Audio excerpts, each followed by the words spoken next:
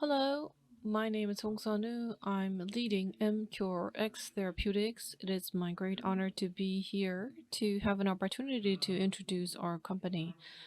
mRNA is something that we utilize, and we are developing vaccines and therapeutics, and we launched our company last January, and we secured many different original technologies and currently actively developing COVID vaccines as well.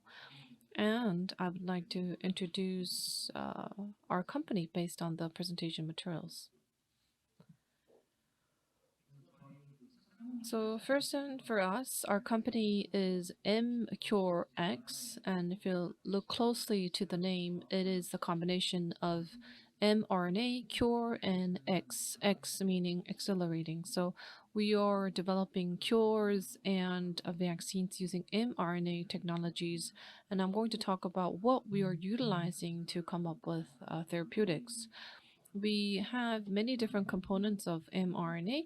We are looking at mRNA molecules themselves. We have original patents, and based on these, we're developing treatments.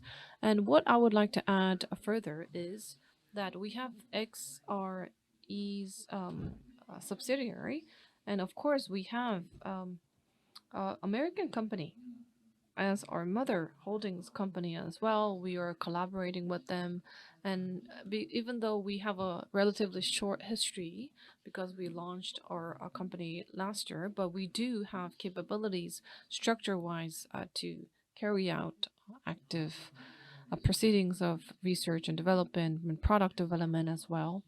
So before organizing the company, I worked as the head of OLYX R&D Center, and Tongki Lee at OLYX is here as chairman of the board. And technically and technologically, I would say the most important figure here we have is Dongwon Chin, who is a doctor in organic chemistry at the University of California, Riverside. As mRNA technologies became commercialized, he used to work at TriLink in the west side of the US. He was in charge of mRNA technologies, and especially the CleanCap technology was co-developed by him at Pfizer as well. So, as we were working at OLYX, we accumulated multiple technologies, and we have expertise held by Dongwon Chin, and he has joined us as well. And we wanted to come up with next generation treatments and therapies as well. And just as McCaffrey, Dr. McCaffrey, who has been working closely with Mr. Shin, we also have Dr. Gunther Hartman joining our team as well. We have a total of 6 key people who regularly talk and have meetings to develop further vaccines.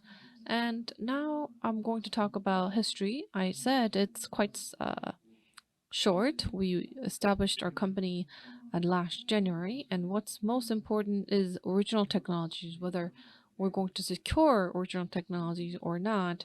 And in June, we secured proprietary mRNA platform, which is nucleic acid platform. We initiated this technology, and based on this particular technology, our first initial COVID-19 vaccine candidates were identified, and these identified materials are now being tested in clinical trials, and things are going very smoothly.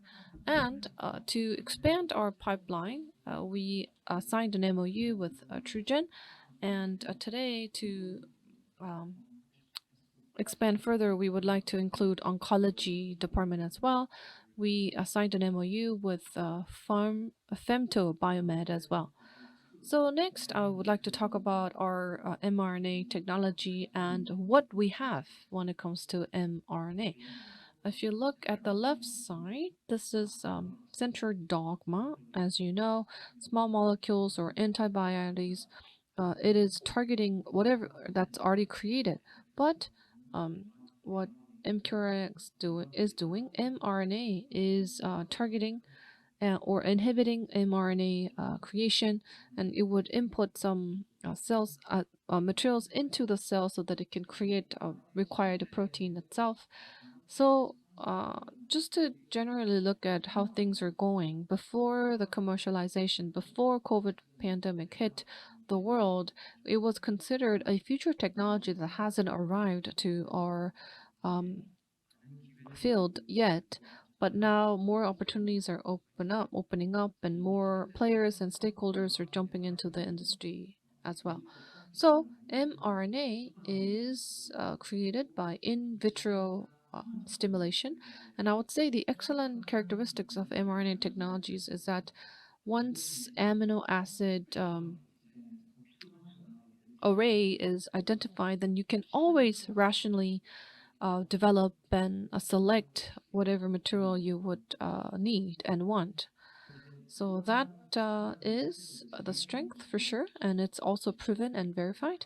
2020, Moderna and Pfizer worked on COVID vaccine development process, and it got approval from FDA earlier than any other companies, and many different activities are carrying out as a company that has the delivery mechanism and also the mRNA mechanism as well. They're working collaboratively to come up with new inventions.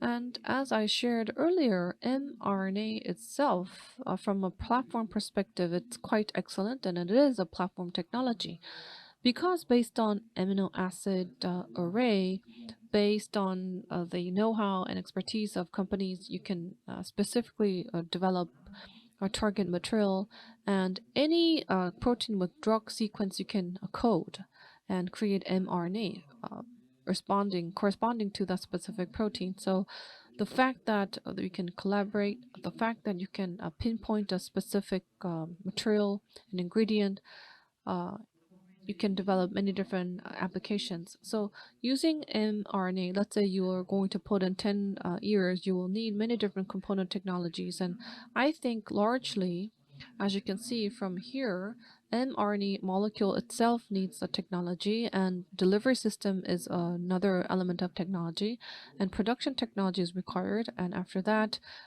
clinical phase 1, 2, you will need to do that based on what organization or approval you're targeting as well. So mRNA molecule structure itself, delivery, production technologies are owned by us. And for delivery system, each individual, whether it's vaccine, whether it's treatment, depending on what you are targeting, we are working with external partners so that we can work and collaborate with them. And now to talk about our mRNA technology that we own, I would say it's sequence designing. This is optimized DNA slash mRNA sequence design technology for effective production of target protein. And whether it's upside or downside, what kind of designing do you need to do to effectively express mRNA is our technology. And I think what's important to us is modified nucleoside. Whether you use modified nucleoside or just nucleoside as is without modifying it, everyone has a different opinion. But I think at the end of the day, what's proven by COVID-19 vaccine is that, let's say you are using modified nucleoside technology, which is what Moderna and Pfizer did. CureVac, they failed clinical trials because they did not modify a nucleoside. So it's proven that you need to go through the modification process of nucleoside. So once modified nucleoside technology was decided, what kind of then modified nucleoside is going to use? Of course, we can use the existing N1-methyl pseudouridine, but it's costly, and we have to negotiate for the use as well. So realistically speaking, we didn't think that this is the viable option.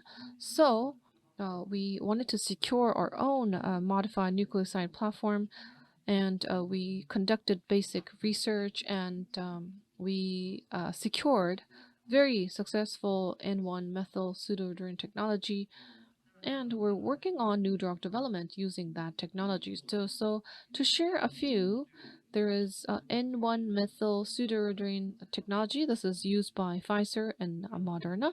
And if you look at in vitro and in vivo, if you look at the protein expression level, mode A is ours, and the control groups are unmodified in N1. Our module, mode A, is showing the similar level of expression compared to the existing technologies. So we have our technology that is on par with the existing system. And if you look at further and additional study results, because it'll replace naked mRNA, how less of an immune reaction we can induce. And if you look at the right side in vivo data, so interferon alpha, interferon gamma, which is a representative cytokine reaction. Um, what's marked in U is non-exposure, and mode A is what we have done. So there's a little bit of decrease, but what's actually astonishing is that there's no cytokine that is produced. So we can see that our technology that we own is not just we have FDO and we are on par with other existing system. We can definitely successfully control the immune responses for safety. It is a superior and better platform technology. And based on this one, we are trying to target COVID-19 and expand other treatment pipelines as well. And for production, even though it says on the slide, I can't give you too much detail at this moment, but we are doing tech transfer and make sure that mRNA is can be produced that could be usable during clinical trials. That's what I can tell you right now. And many questions are coming in. How are you going to develop delivery technology, delivery system? So we prepare systems and slides to share with you. But usually polymer or LMP-based delivery technology providers are working with us. And one representative data would be the what's on the right side. Both polymer or LMP, you can see that. When we inject this to animals, you can see that enough efficacy is derived. And at this moment for vaccination, we are going to license using polymer and other indication. I think we can use LMP or also polymer. Many other options are available, and we will choose the best delivery system and conduct joint studies. So in general, emcurex, to introduce our company once again, we have a proprietary mRNA platform technology, and we have delivery technology as well. And for the delivery system, we will work with other partners to effectively deliver the cure as well. And to be more specific about mRNA market, of course, everyone understands that it is growing and expanding. And early this year, Pfizer announced at JP Morgan that how and what role they're going to play in the mRNA industry. And first, using COVID-19 vaccine, they will utilize this franchise as well, but then they'll jump to flu or other preventive vaccination. Rare disease oncology and chronic metabolistic diseases are going to be handled as well, so they can continue to further mRNA technologies and platforms to other areas as well. So just like Moderna or BioNTech, all the leaders in the industry, we have similar elements. The same pipeline is scheduled from their side and our side as well. We have a very similar pipeline and approach here. So you can see that for prevention vaccination, COVID-19 original, and we're now in the development stage for clinical trials. And as you can see, we're also looking at gene therapy for rare diseases and oncology therapies as well.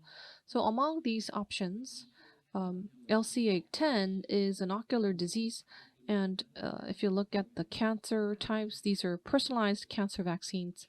And also, cell therapy vaccine is going to use our mRNA technology so that we can activate cell therapeutic impacts and effects in our patients. And COVID-19 vaccine, we're going to develop on our own. And for cancer, I think we're still at the early stage, so we are going to go for joint research methodologies with partners. And for each program, I'll give you some details to you as well. For COVID-19 vaccination, as you can see, I think things are changing. Pandemic and endemic and mutants are appearing. This is something that we have to note.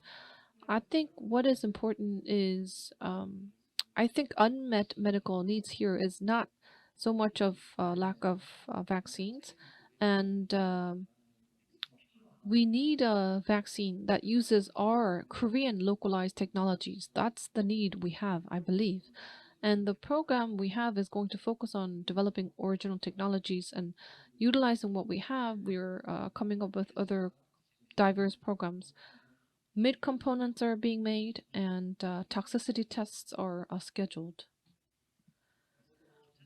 So, in general, to look around, using our technology, S protein, which is spike protein, is going to be targeted. And when we inject this on animals, we'll measure reactions and responses.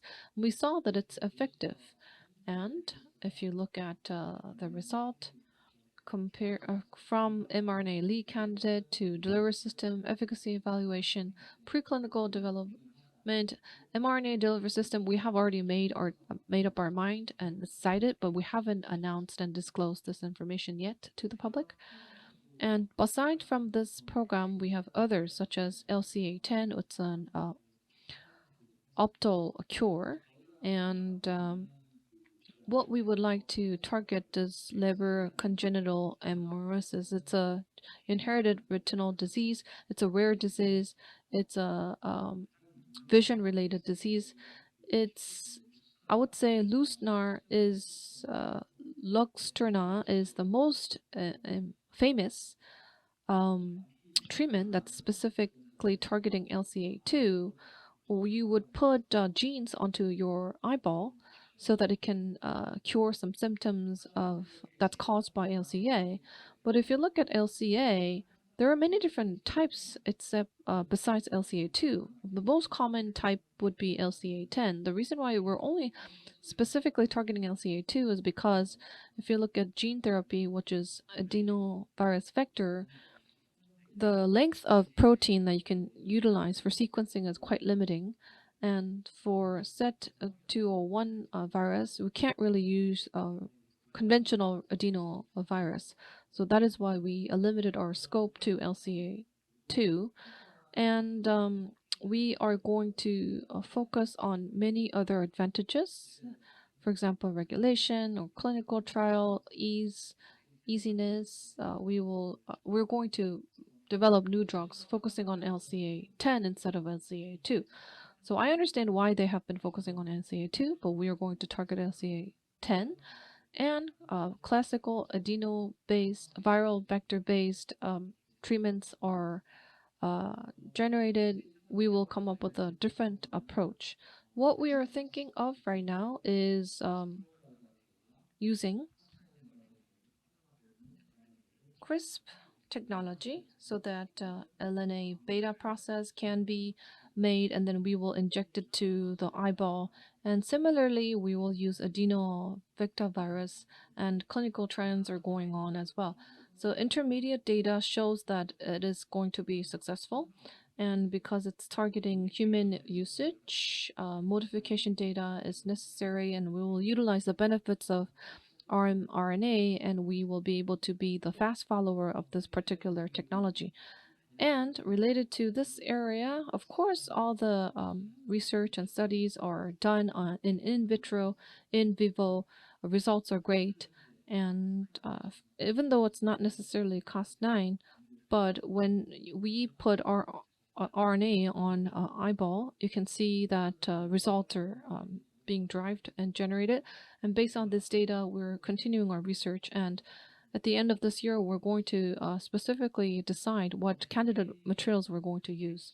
And for cancer vaccination, for anti-cancer vaccine MCS 301, oh, Moderna is already going through clinical trials to cancer treatment area, and I believe the great results are going to come in, and we will do the same in Korea to target antigen anti-cancer vaccines can be used and developed in Korea as well. And for MCS 401 cancer cell therapy, this is a great modality. This is a great treatment method, but we have to optimize as one singular platform, and instead of using viral vector, using mRNA is more viable and it's more effective. So in that sense, we would like to go for the collaboration so that we can partner with the car discovery provider, and immune cell culture can be done that way. So this is what we have prepared. We're owning mRNA technologies. We're trying to expand the technology to other applications as well. So as we are developing COVID-19 vaccine, we will be able to secure human denominators, and by securing other delivery systems, we will continue to build more pipelines in the future. Thank you.